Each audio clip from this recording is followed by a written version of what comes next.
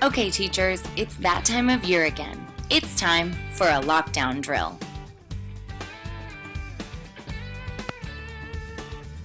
Next week, we will be participating in a lockdown drill conducted in cooperation with our local fire and sheriff's departments. First of all, let's clarify something. This is a lockdown drill and not a secure campus drill.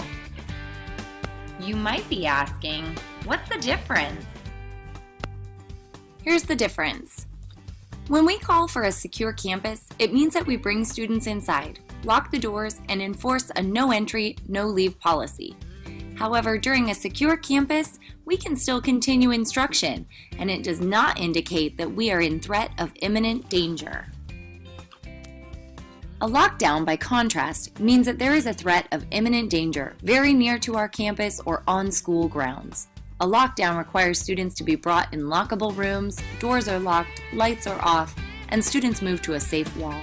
Instruction does not continue during a lockdown. More on this later. Quiz time. Last year, there was a car accident on the road leading to a local elementary school. The single car involved in the accident had a driver who was suspected to be intoxicated.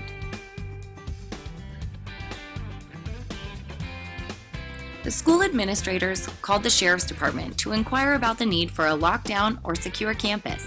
Sergeant Dueño informed the school that there was no assumption that the driver would enter the school campus or had any intent to harm students and staff. What call did they make? Turn to your partner and explain your response. Sergeant Dueño called for a secure campus. Okay, now that we've reviewed the difference, let's talk about the specifics of our lockdown.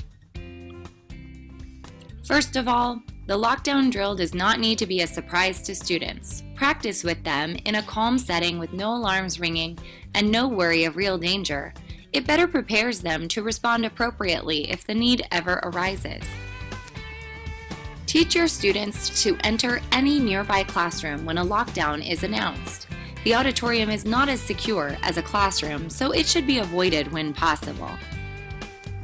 Teachers, as you go to lock your doors, look around in the halls and bring in any students or staff nearby. Close and lock your doors. Here, do not open the door for anyone. Law enforcement and/or a site administrator will always use keys to unlock doors. Close your blinds and turn off lights. If the door has a window, cover it with pre-cut piece of heavy black construction paper. Instruct the students to stay quiet and out of sight. Relocate against the safe wall, the wall least visible to the outside and most out of the line of fire. Turn off your television, LCD projector, document camera, etc. The room should be dark and quiet. Control all cell phone activity. There should be no outgoing or incoming calls. If safe to do so, locate your emergency packet and attendance roster. Be sure you are wearing your staff ID card so you are easily recognizable to the sheriffs. Try to stay calm and maintain order in the area of your classroom or the shelter in place. Be ready for a 2 to 4 hour wait with your students, and your calm demeanor is reflected in your students. In Lemon Grove, we are so fortunate to have such responsive Sheriff's Department officers. Currently, the average response time to a Lemon Grove school is only 46 seconds. When a school calls a lockdown, everybody comes. Sheriff, police, CHP, FBI, everyone. When law enforcement officers unlock your door, they will direct you with your class to the evacuation location. Proceed as we do in a normal fire or earthquake evacuation drill. We will go either to the playground, or if that is unavailable, we will go to our secondary evacuation location.